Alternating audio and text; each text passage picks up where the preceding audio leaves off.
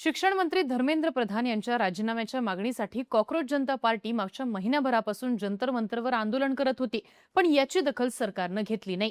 मात्र आंदोलक जेव्हा रस्त्यावरती उतरले तेव्हा मात्र सरकारला त्याची दखल घ्यावी लागली। सरकारकडनं आरोग्यमंत्री जे.पी. नड्डा यांनी आंदोलकांशी चर्चा केली, त्यांच्या मागण्या ऐकल्या, पण या मागण्या अजूनही पूर्ण झालेल्या नाहीयेत। त्यामुळे आता सीजेपीनं जंतर मंतरवरती पुन्हा एकदा आंदोलनाला सुरुवात केली आहे। महत्वाचं म्हणजे आता जंतर मंतरवरची गर्दी क्षणाक्षणाला वाढायला लागली आहे। हळूहळू हे आंदोलन देशभरात पसरत असून त्याचं रूपांतर जन आंदोलनात व्हायला सुरुवात झाली आहे। इतकंच नाही तर इतके दिवस या आंदोलनापासून अलिप्त राहिलेला विरोधी पक्ष सुद्धा आता जाहीरपणे आंदोलनाला पाठिंबा देतोय।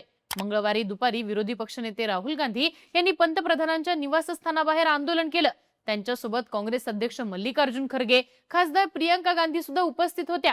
यावेळी मोठा राडा देखील झाला। काँग्रेसच्या अनेक नेत्यांना पोलिसांनी ताब्यात घेतलं। याशिवाय इकडे खासदार शरद पवार आणि सुप्रिया सुळे यांनी जंतर मंतरला भेट दिली। त्याआधी संजय राऊत, अरविंद सावंत हे नेते जंतर मंतरला जाऊन आले। तिकडे महाराष्ट्रात वंचित बहुजन आघाडीचे प्रकाश आंबेडकर यांनी सुद्धा सरकार विरोधात आंदोलनाची हाक दिली आहे। युवा असू देत, शेतकरी असू देत किंवा विरोधी पक्ष, सगळेच सरकारच्या विरुद्ध कसे उभे राहिलेत, सरकार विरोधातलं हे आंदोलन मोठं कसं होतंय, आंदोलनाचा देशभरात कसा विस्तार होतोय, विरोधी पक्ष यावरनं एकजूट कसे व्हायला लागलेत आणि याचा मोदी सरकारवर कसा परिणाम होणार आहे, पाहूयात या व्हिडिओतनं। नमस्कार, मी आरती आणि तुम्ही बघताय बोल भिडू।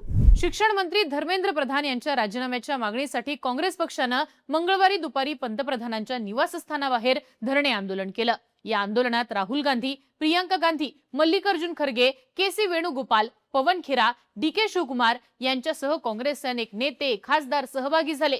यावेळी प्रचंड घोषणाबाजी झाली। नरेंद्र मोदी इस्तीफा दो, तानाशाही नहीं चलेगी, नरेंद्र मोदी डरता है, पुलिस को आगे करता है, अशा प्रकारच्या घोषणा यावेळी देण्यात आल्या। पण पीएम हाऊस समोरचा हा भाग सुरक्षेच्या दृष्टीने अत्यंत संवेदनशील असल्यामुळे आणि तिथं आंदोलनाला परवानगी नसल्यामुळे काँग्रेस कार्यकर्त्यांना हटवण्यासाठी पोलीस दल घटनास्थळी दाखल झालं। त्याला उत्तर म्हणून काँग्रेस कार्यकर्त्यांनी एकमेकांचे हात घट्ट पकडून साखळी तयार केली। महत्वाचं म्हणजे काँग्रेस पक्षाने हे आंदोलन अत्यंत गुप्तपणे आणि कोणालाही पूर्वकल्पना न देता आयोजित केलं होतं। अचानक सुरू झालेल्या आंदोलनावर पोलिसांनी कडक कारवाई करत काँग्रेसच्या काही खासदारांना ताब्यात देखील घेतलं। पोलिसांनी पंजाब काँग्रेसचे चरणजीत सिंह चन्नी तसंच खासदार के सुरेश यांना देखील ताब्यात घेतलं। खरं तर राहुल गांधी किंवा काँग्रेस पक्षाने इतके दिवस कॉकरोच जनता पार्टीच्या आंदोलनाला पाठिंबा दिला नव्हता, पण सोमवारी कॉकरोच जनता पार्टीचा जो काही भव्य दिव्य मोर्चा झाला त्यानंतर परिस्थिती सर्वत्र बदलली आहे। आता राहुल गांधी सरकार विरोधात थेटपणे रस्त्यावर उतरलेत।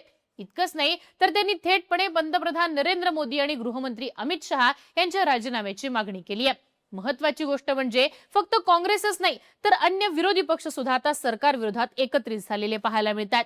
मंगळवारी दुपारी स्वतः शरद पवार जंतर मंतरवर आंदोलकांना भेटण्यासाठी दाखल झाले।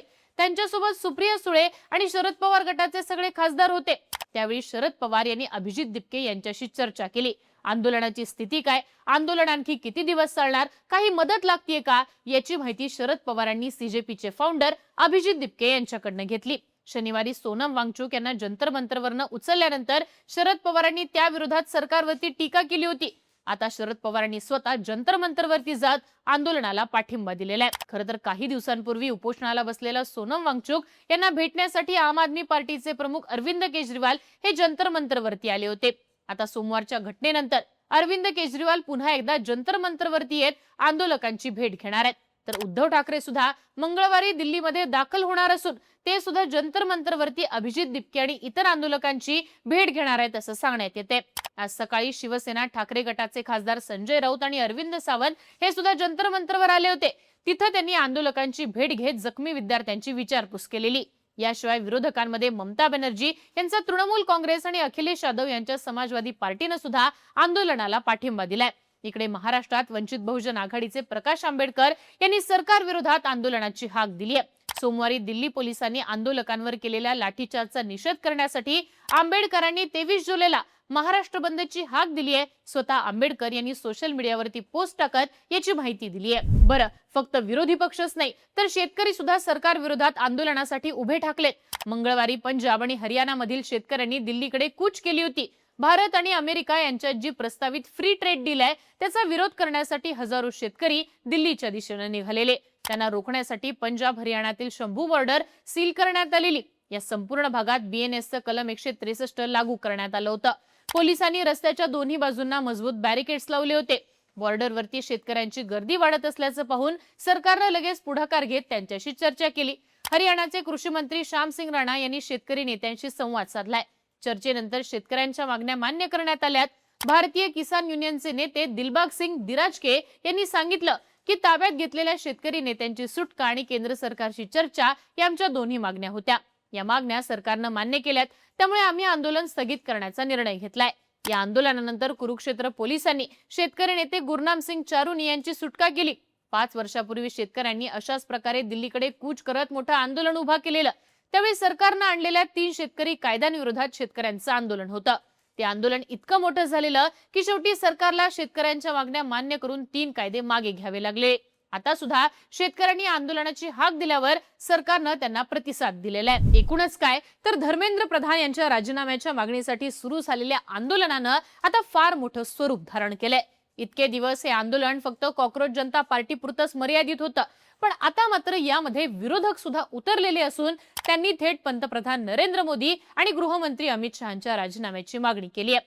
फक्त दिल्लीच नाही तर त्याची झळ अगदी महाराष्ट्रापर्यंत पोहोचली आहे. शरद पवार, उद्धव ठाकरे, केजरीवाल यांच्यासारखे नेते जंतर मंतरवर जात असल्यानं आंदोलन खऱ्या अर्थाने जन आंदोलन बनत चाललंय. दुसरीकडे पंजाब हरियाणाच्या शेतकऱ्यांनी सुद्धा आंदोलनाचा धाक दाखवला, ज्यानंतर सरकारला त्यांच्या मागण्या मान्य कराव्या लागलेल्या आहेत. त्यामुळे आता सरकार सगळ्या बाजूने घेरले गेलंय असं चित्र दिसून येत आहे. या सगळ्या परिस्थितीबद्दल तुम्हाला काय वाटतं? मोदी सरकारच्या वाढत असलेल्या या अडचणींबद्दल तुमची मतं आम्हाला कमेंट बॉक्समध्ये लिहून नक्की कळवा आणि यासारख्या माहितीपूर्ण व्हिडिओसाठी बोलबिडूला सबस्क्राईब करा.